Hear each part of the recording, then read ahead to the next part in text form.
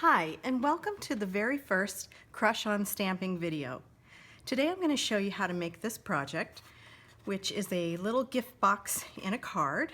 I first saw this idea on Rachel Tessman's Stamp Your Art Out blog, and it was in a Christmas theme, and I thought, wow, I've been dying to use the Foil Frenzy paper. Why not make one with Foil Frenzy? So that's what we're going to do today. So as you can see, it's a little gift box, and you could put some treats or candy, jewelry, anything special that you want to give someone to them. You can set it on their desk, and when they come in the morning, what a fun surprise. So let's get started with the items that we're going to need to make this project. And we're going to use some items out of the idea book and catalog.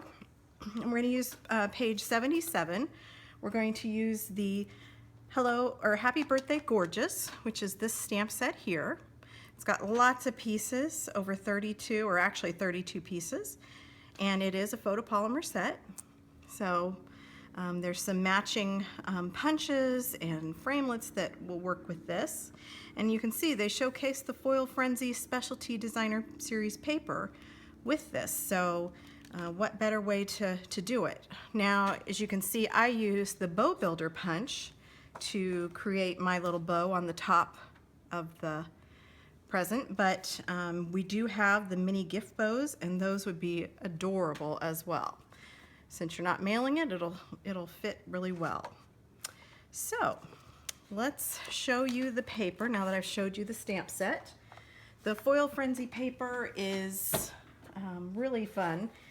It is foiled designs, and you get 4 different colors. You get the Soft Sky, you get Tangerine Tango, which is what the sample was made out of, Berry Burst, and then Lemon Lime Twist. And each one of those colors has 3 patterns that are associated with it. It has the chevrons, the beautiful stripes, and of course some polka dots. So we're going to use that paper today. We're going to use the Berry Burst color, and we're also going to use a piece of craft cardstock.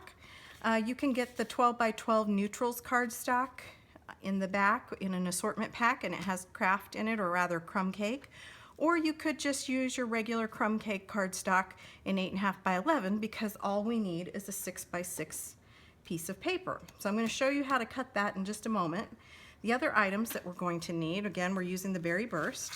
So you're going to need a piece of Berry Burst cardstock. This measures 8.5 by 5.5, scored at 4 1/4. A piece of the Foil Frenzy paper in 3.5 inches square.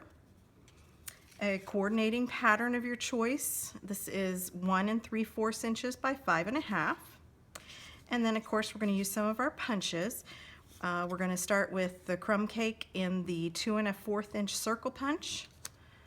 One of our Berry Burst in the new Sunburst or Starburst punch, and then also a 2-inch circle in the crumb cake. So that will layer up nicely.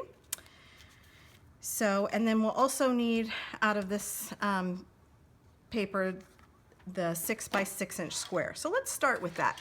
So I'm going to bring in my Stampin' Trimmer, and going to just cut this piece of paper down to 6 by 6. So I'm going to line it up at the 6-inch mark. My paper is flush against the bar up there, and I'm going to cut it to 6 and turn it and do 6. And the reason why I like to use the 12 by 12 is because you would get 4 of these, which we're making the bottom of our box out of this piece. So you get 4 out of 1 sheet of cardstock. With the 8.5 by 11, you have quite a bit of scrap left over, but of course you can always use that as well. So we now have our 6 by 6 piece of cardstock, and we need to do some scoring on this. And so I prefer to use my bone folder in my paper trimmer. So we need to actually score this at 4 inches, and then slide the paper over to 2 inches. And we're going to do that on both directions. So here we go again, lining this edge up on the 4, going to score at 4 and at 2. Okay, we have our scoring done on our 6x6 piece. Let's go ahead and, while we have the paper trimmer out, do our scoring on our 3.5-inch square. So this will be the lid of the box. So we need to use the paper trimmer to line this up on the 3/4 inch mark. There's nice measurements on the right hand side of your trimmer, and so I know that's my 3/4 inch. Now I'm actually going to scoot it back a 1/16 of an inch, which is actually one little line. So I'm just going to go a 1/16 inch short of the 3/4 inch mark. And so I'm going to score. And this is kind of thick cardstock, so I would go ahead and run that through twice with the scoring or the bone folder. I'm going to do a 1/4 turn and score it again at that same measurement. Again. And one last time.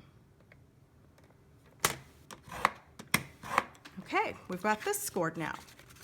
Last but not least, we need to do some cutting on our card base. So while we have the trimmer out, let's go ahead and do that.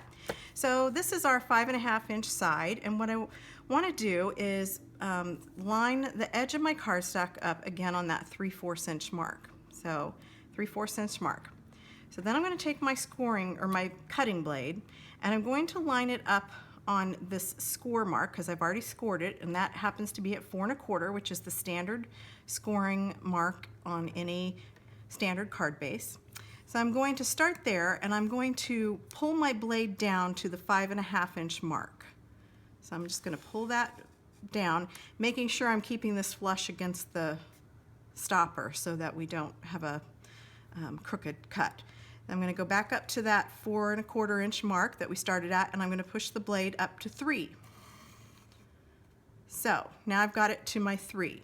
I'm going to go ahead and lift the tray up and hold my blade at that 3-inch mark. And then I'm going to move my paper over to the 2 3/4 inch mark. And actually, again, we're going to just, do that little smidge. So we're going to go just a 1/16 or one little line short of that, 2 3/4 inch mark, which is right here. So one little line over, okay? So keeping your blade in place at that 3, then you can go ahead and set that down and then pull your blade back down to your 5.5-inch mark. Okay, so we can lift this up. Now we just need to do a 1/4 turn, and we're going to connect those two lines. So you're going to use your score mark that we've been using as a guide, and we're going to put that on our 1 1/4 inch mark. And then we're going to just connect those two cuts. I'm going to push the blade up a little bit, turn it around. Again, using our 4 1/4 inch score mark, we're going to line it up on the 1 1/4 inch mark, and we're going to just connect those two lines. Then this should pop out. If it doesn't, if you've got one little corner that's not wanting to release, go ahead and just get your paper snips and just make a little snip. You don't really want to tear at it because it could actually, fray your cardstock, and you don't want that. So we now have our little hole cut out for our box. So we are now done with our paper trimmer and score, and we can start working on our card. So let's start with our box base. It's the one we had scored, the 6x6. And all you need to do is cut up on both of these lines that have been scored. And then you also want to just kind of miter or just take a little nip off the outside edges. I don't know if you can see that. And we're going to turn it around, and we're going to again cut on just these score marks up to where that score line is. So up and up. Really, my long-handled scissors would have been a better choice for this. And again, just miter just a bit. And that will just help it to not peek above on there, okay? Let's go ahead and get the cut marks on the top of our box. Maybe you can see it easier on this one, I don't know. Again, we're just going to cut up to the score mark on the two outer edges, and then we're going to just make a little miter or little angle cut at the edge. I'm going to turn it around and cut again, and miter, miter. Okay, so now we've got our box cutting done, and now it's time to start folding our boxes. So let's start with our card base again, or our box base. I'm going to use our trusty bone folder, and we want to fold on all of those score lines. So you want to go ahead and burnish nicely so that you have some crisp folds. So we're going to do all four sides.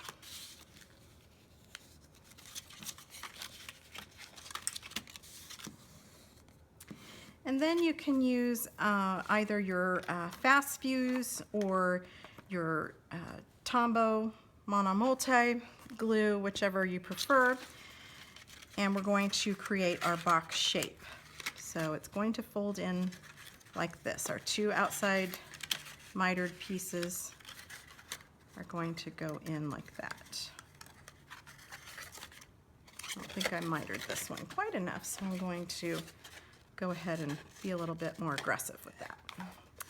Okay, so we need to put our fast fuse on here. The trick with the fast fuse, remember, is just the lightest of touches. You do not need to push down on the dispenser. So I'm just very lightly running this on my cardstock, and then I'm using a check mark motion to snap the tape off or cut it. But again, just the lightest of touches so that you don't start getting the glue all done up. Okay, so very simply we can take and fold our boxes up. We're just going to line up those edges so that they're nice and square. And the fast fuse, because it's such a strong adhesive, just really works nicely. So again, we're going to fold these up and then making sure it's nice and square. Do that. And then you can take your bone folder again and just do a bit of a press. And that will help get that adhesive knowing what you want it to do. So there's our box base. Now we're going to do our box lid. So again, we're going to start with our burnishing of our score lines.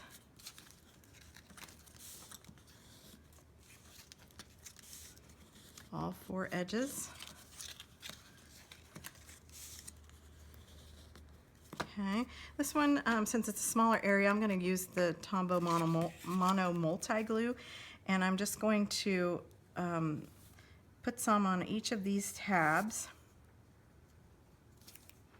Don't want to go too crazy because I don't want it oozing out. And then we're going to use our box base to help us with our putting together of the box lid so that we have a nice box. So we're going to set our box base, hopefully this is in the camera, our box base in the middle, and we're going to pull up on our side and make a nice, I'm pinching it here in the corner so that I have a nice tight fit there. And then I'm going to take and fold up that other side.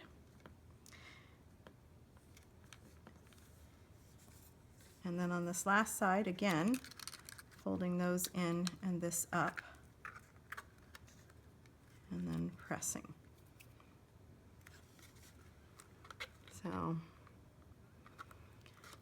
once we've got that going, once again, let's use our bone folder to assist in making sure that's well pressed down. Okay, so how cute is that? Now we have our little baby box. Just adorable. Okay, so to save some time, I went ahead and did build my bow with the Bow Builder Punch, and I chose, of course, the Berry Burst cardstock. I'm going to add a rhinestone to the center just because everything's better with bling. So I'm going to press on that. And then using some of our Tombow Mono Multi, I'm going to look at this and say, okay, which one is the prettiest side? Okay, I like this one, so I'm going to know which way to adhere my, I got a little crazy with the glue there. The glue on the top of the box lid, or the direction, I should say. So there's our little bow. Okay, so now that we have our box put together, let's work on our card. So this should be fairly easy. We have our layering pieces here, and we're going to use that big happy birthday from the Happy Birthday Gorgeous set. We're going to use our Berry Burst stamp pad, and we're going to ink up our stamp and stamp that in the center. Again, you're going to hold it for a few seconds since it is the photopolymer, and just kind of pop that off. So there's our happy birthday. And then we also need to stamp our little embellishment piece. So I'm just using some scrap crumb cake, and I'm going to use the smaller of the little roses in the stamp set. I just think these have such a whimsical design. I really like these. So I'm going to stamp the rose, and then I'm going to take this little small leaf. This is garden green. You need a vibrant green with such a vibrant pink. So there's one leaf, and here's the other one. How cute is that? Okay, so I am not going to take up your time cutting this little design out. I've already prepared one. So here's my little guy. So we can just very simply layer this up. So I'm going to layer, excuse me, a little happy birthday on the center of our Berry Burst Starburst punch. Sunburst, Starburst, Sunburst, one of those. And then I'm also going to use some dimensionals to pop this next layer up. And that just, I think, kind of gives it a little more dimension since we don't have to worry about actually fitting this card in a envelope. So peel these. Of course, you know the trick to getting the adhesive off is pushing your fingernail down, and then that will pop up one edge of the adhesive and make it a little easier to remove. Okay, then this is going to go on here, and these layer so nicely. So that was the 2 1/4 inch, the starburst, and then the 2-inch circle. And then I've already put a dimensional on the back of my little flower, so I'm just going to add that there.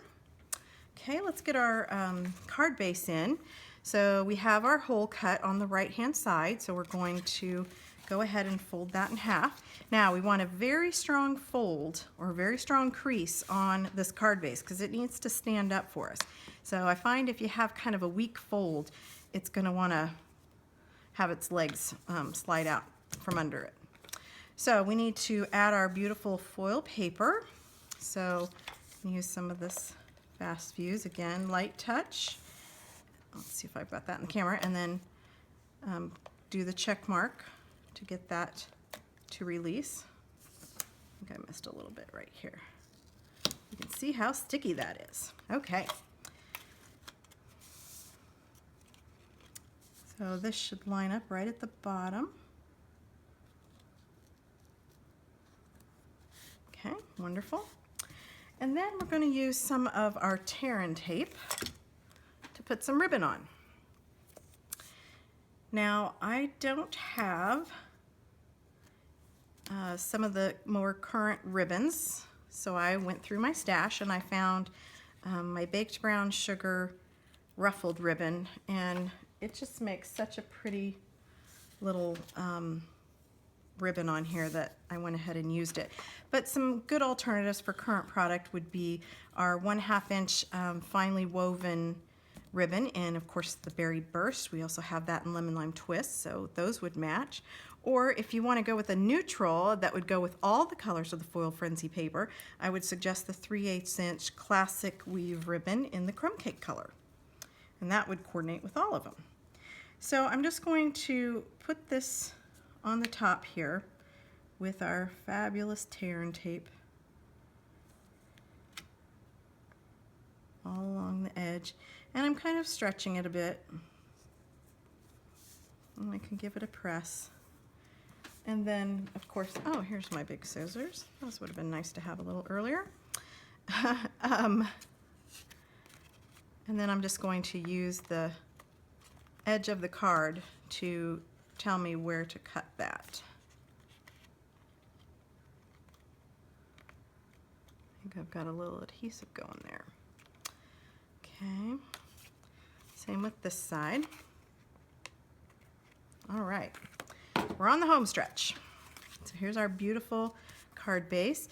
You want to make sure that when you put this circled piece on that you can have it, of course, raise above the card because, again, don't need to worry about that envelope. And this way it kind of just is a little bit more in line with your little box. So then your little box will just set right on there. So here it is. So hopefully you can see that. And it makes such a fun little happy birthday gift. So I hope you liked that. If you would, give me a thumbs up and subscribe to my channel. I hope to be doing many more videos for you to enjoy. Thanks again to Rachel Tessman for showing the project and giving me such great inspiration. Thanks, and see you next time.